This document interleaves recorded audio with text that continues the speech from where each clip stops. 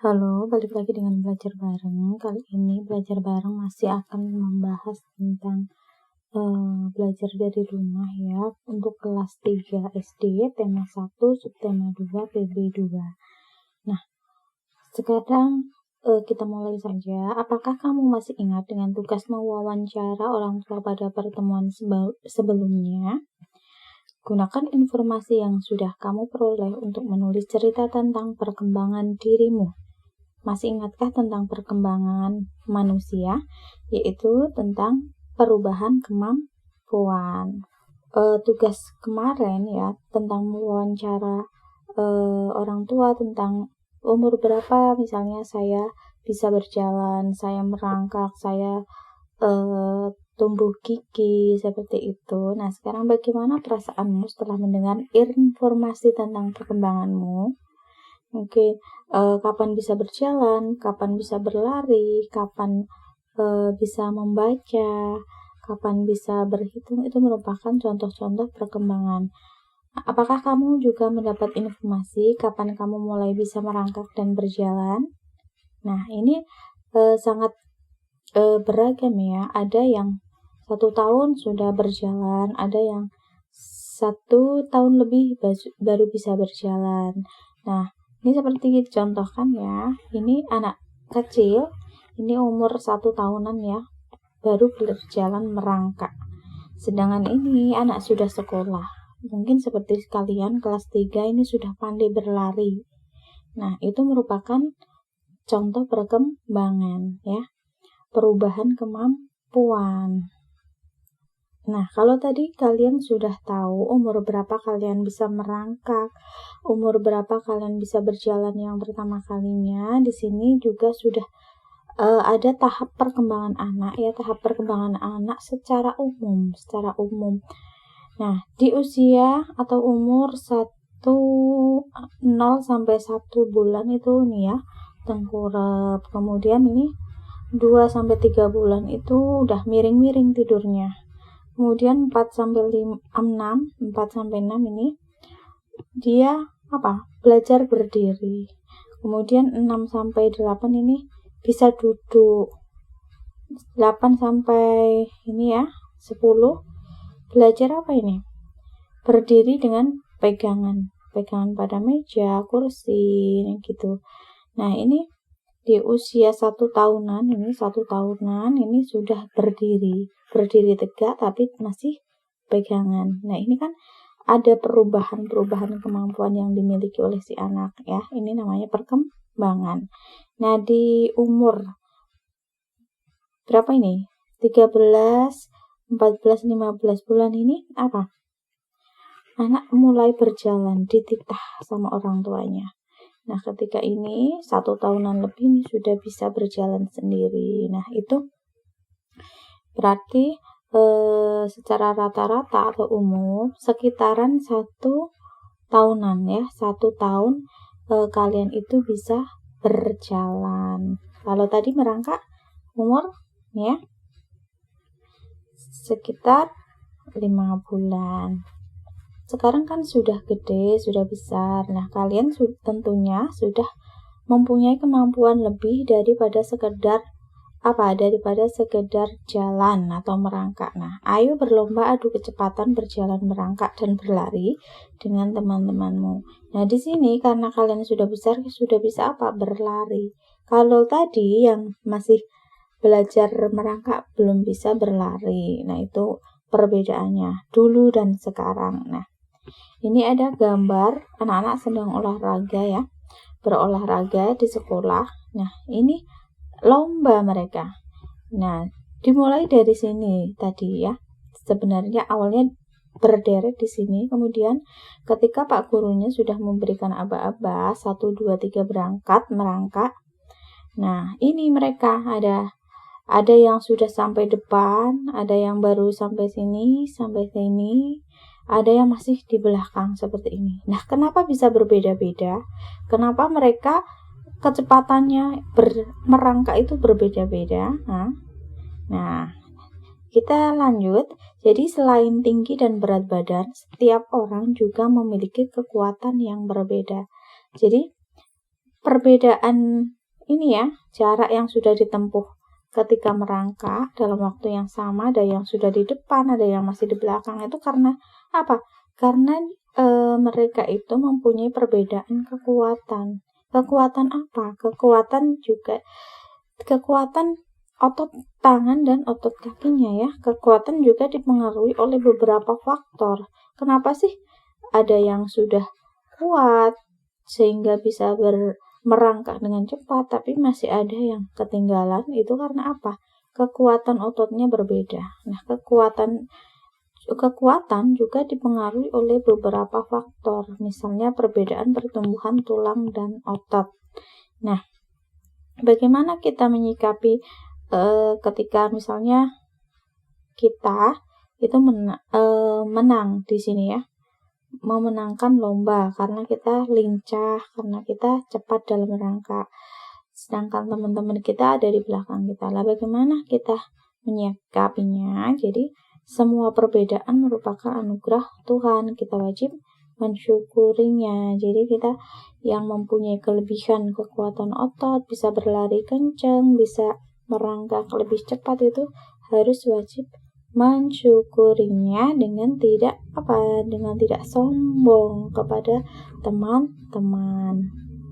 Nah, tadi kan kita sudah ada perbedaan teman-teman kalian ya.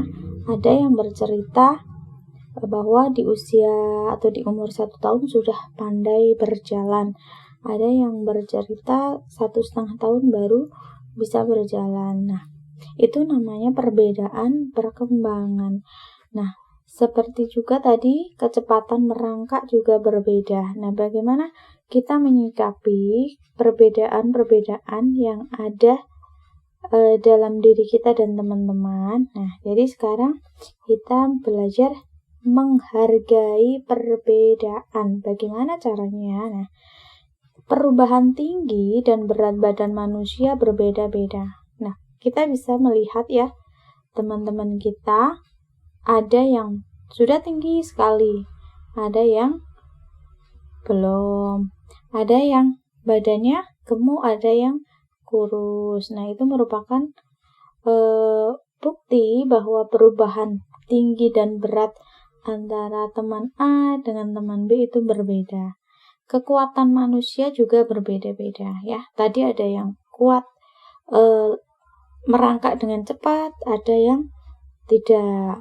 Kemudian perubahan tinggi dan berat badan serta kekuatan adalah contoh pertumbuhan dan perkembangan manusia. Nah, yang termasuk pertumbuhan yang mana? Yang termasuk pertumbuhan itu yang ini, perubahan tinggi dan berat. Sedangkan kekuatan itu merupakan perkembangan. Kekuatan otot dari yang tadinya tidak kuat menjadi kuat, sehingga bisa berlari yang tadinya larinya lambat jadi kencang, itu namanya perkembangan. Pertumbuhan dan perkembangan dipengaruhi oleh makanan, kebiasaan olahraga, dan faktor yang diturunkan oleh orang tua. Nah, jadi pertumbuhan dan perkembangan itu pada setiap anak kan berbeda. Ternyata itu dipengaruhi oleh makanan. Mungkin makanan yang dimakan si A atau si teman si A itu bergizi ya, jumlahnya banyak, sehingga perubahan tinggi dan beratnya lebih banyak. Kemudian bisa jadi juga kebiasaan olahraga. Ini kan tadi ada teman yang pendek, teman yang tinggi. Nah, olahraga bisa apa? Olahraga, teman-teman yang suka olahraga biasanya mempunyai kekuatan otot yang lebih besar sama tinggi badan yang lebih tinggi, dan faktor yang diturunkan oleh orang tua. Nah, kita itu bisa lihat faktor yang diturunkan oleh orang tua kita. Misalnya kita bisa lihat tinggi badan orang tua yang tinggi itu biasanya anaknya juga tinggi. Orang tua yang gemuk biasanya anaknya juga akan gemuk. Seperti itu tuh namanya faktor yang diturunkan oleh orang tua. Tuhan menciptakan berbagai macam makhluk hidup berbeda-beda ya. Tadi ada yang tinggi, ada yang gemuk, ada yang kurus, seperti itu. Nah, perbedaan ini adalah karunia Tuhan. Kita harus saling menghargai dan menghormati perbedaan. Bagaimanakah cara kita menghargai dan menghormati perbedaan? Nah, sekarang tuliskan sikap yang akan kamu lakukan jika melihat beberapa hal seperti berikut. Yang pertama, kamu melihat teman yang kesulitan mengambil benda di atas tempat yang tinggi. Sikap yang akan kamu lakukan adalah, jadi di sini kamu dianggapnya apa? Lebih tinggi daripada si Udin ya, ini Udin ya. Nah, Udin ini mau mengambil bola di atas lemari. Nah, dia itu tidak nyampe. Nah, kamu sebagai anak yang lebih tinggi kan nyampe. Nah, apa yang kamu lakukan apa? Membantu mengambil bola ya, membantu mengambil benda atau membantu. Nah, ini merupakan sebuah bentuk menghargai, yaitu dengan cara membantu teman, membantu mengambil bola. Nah, karena di sini gambarnya adalah bola, maka membantu teman tersebut mengambil bola di atas lemari ya. Di atas lemari. Selanjutnya, kita dihadapkan bahwa perhatikan ya gambar ini. Ini adalah gambar seorang anak yang sedang apa? Keberatan membawa barang ya. Kamu melihat temanmu yang kesulitan membawa barang bawaan. Sikap yang kamu lakukan adalah, jika ada teman yang kesulitan, ini ya, ini keberatan karena berarti dia itu kekuatan ototnya tidak besar ya, sehingga membawa benda sebanyak ini keberatan dan kesulitan. Maka apa sikap yang kita lakukan adalah membantu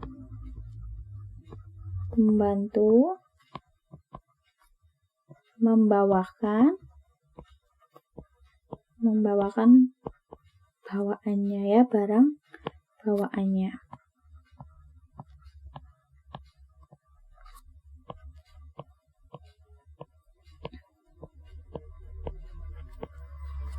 Gambar selanjutnya ini ada 3 anak yang sedang latihan menari dan tampak ya ini sudah bisa menari, menirukan gerakan tari yang kemarin ada gerakan kuat dan gerakan lemah ini juga, tapi yang depan ini tampak kesulitan, tangannya beda sendiri ya. Ya. Maka kamu melihat temanmu yang kesulitan mengikuti gerakan tari, sikap yang akan kamu lakukan adalah apa? Sebagai kita menghargai perbedaan kemampuan ya, berarti kita apa? Membantu atau mengajari, membantu atau ya garis miring mengajari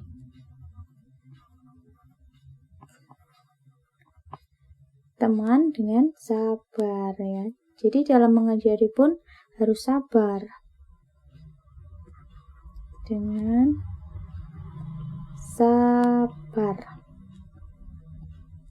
Nah, jadi dari ketiga tadi, sikap-sikap tadi itu merupakan contoh-contoh kita menghargai dan menghormati perbedaan yang ada di antara teman-teman. Dengan kita menghargai dan yang seperti tadi membantu teman, itu merupakan sudah mengamalkan pengamalan nilai Pancasila. Tapi sila yang keberapakah? Nah, sikap saling menghormati antar sesama termasuk pengamalan sila kedua Pancasila ya. Nih, sila kedua Pancasila. Nah, sila kedua Pancasila itu yang mana ini ya? Simbolnya itu adalah rantai, sedangkan bunyinya kemanusiaan yang adil dan beradab. Apakah contoh pengamalan nilai Pancasila hanya yang tadi, hanya membantu mengambil barang? Tidak ya, ini ada contoh lagi, yaitu membantu teman yang jatuh dari sepeda. Ini bentuk kita menyayangi sesama, menghormati, menghargai. Kemudian ini juga, ini kerepotan membawa apa?